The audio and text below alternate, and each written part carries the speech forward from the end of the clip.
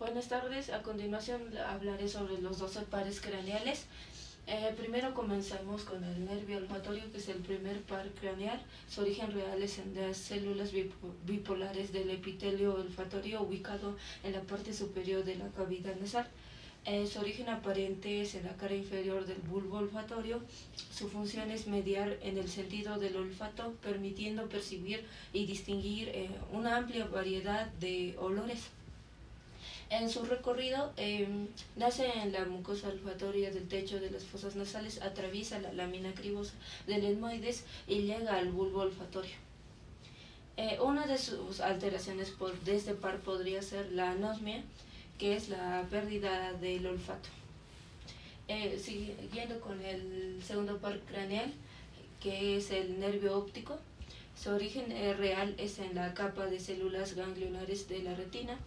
Su origen aparente es en el ángulo anterior del quiasma óptico, y este se divide en 4 porciones: intraocular, intraorbitaria, intracanalicular, intracraneal. En su trayecto, parte desde la retina del nervio óptico, atraviesa el conducto óptico, llega al quiasma óptico y continúa como tracto óptico y termina en el cuerpo geniculado lateral.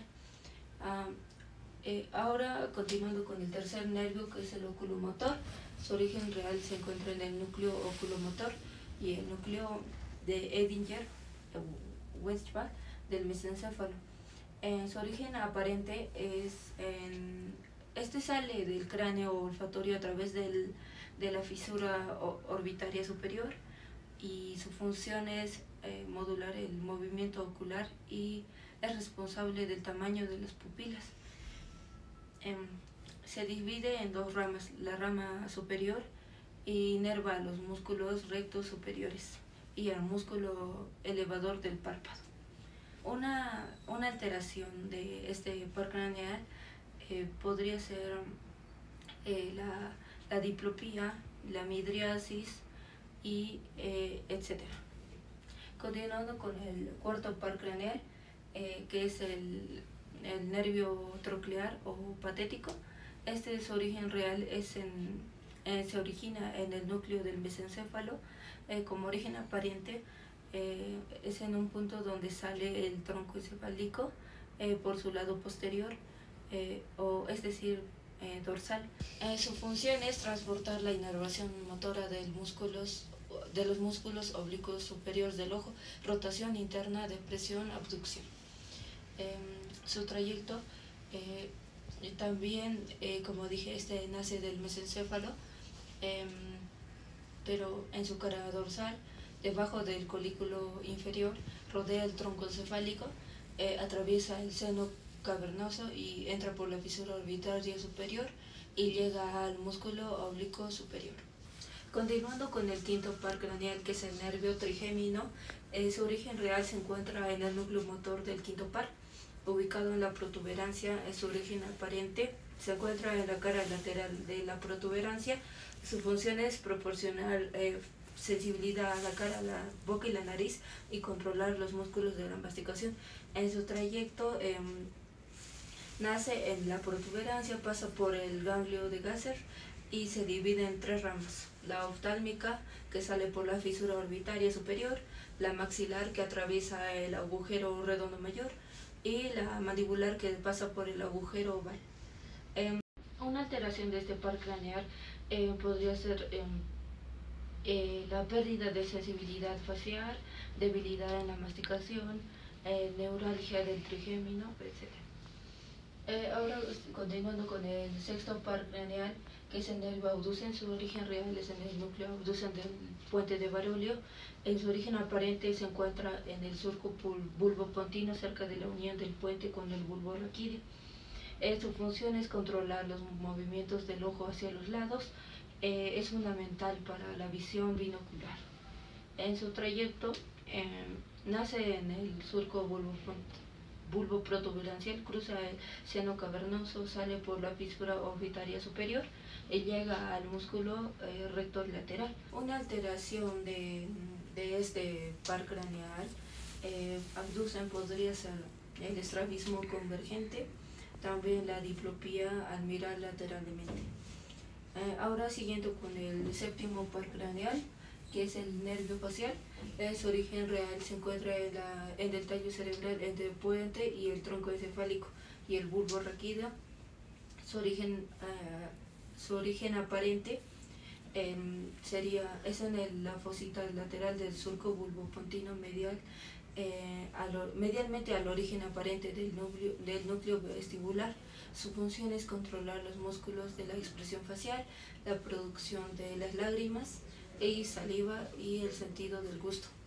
En su trayecto, que nace en el surco bulboprotuberancial, entra al conducto auditivo interno, recorre el conducto facial, sale por el agujero estilomastoideo y pasa por la glándula parótida. Y por último se distribuye en los músculos de la expresión facial. Una alteración de este par craneal sería la parálisis facial periférica. El noveno par craneal, llamado nervio glosofaríngeo, tiene su origen real en el tronco encefálico. Su origen aparente se localiza entre 2 a 3 milímetros por detrás del surco retroolivar. Su función es ayudar a mover los músculos de la garganta y lleva la información de la garganta, las amígdalas de la lengua y del cerebro. Participa en la regulación del reflejo del vómito. En su trayecto nacen en el surco retroolivar del bulbo, sale por el agujero yugular y se distribuye hacia la faringe, en el tercio posterior de la lengua y la glándula parótida. Algunas alteraciones de este noveno par craneal sería la pérdida del reflejo nauseoso, la disfagia, que es la dificultad para tragar los alimentos o líquidos, ya sean en la fase oral, faríngea o esofágica de la deglución. Ahora continuando con el décimo par craneal, que es el nervio vago. Su origen real está en las células del ganglio. Su origen aparente está entre los nervios craneales accesorio onceavo y el glosofaríngeo, el noveno. Su función es controlar los músculos del sistema digestivo, la frecuencia cardíaca, la respiración y la sensación de saciedad.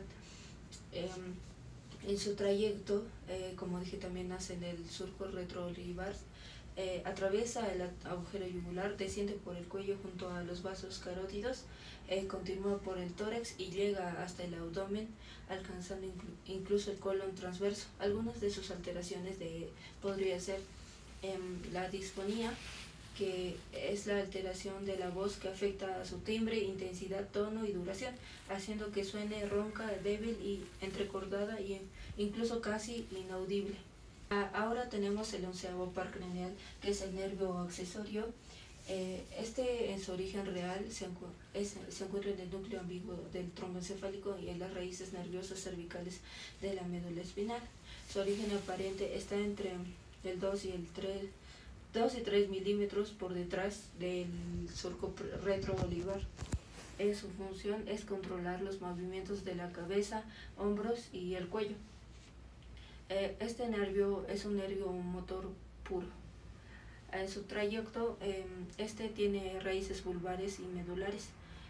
Sale por el agujero yugular y se dirige hacia el esternocleidomastoideo y el trapecio.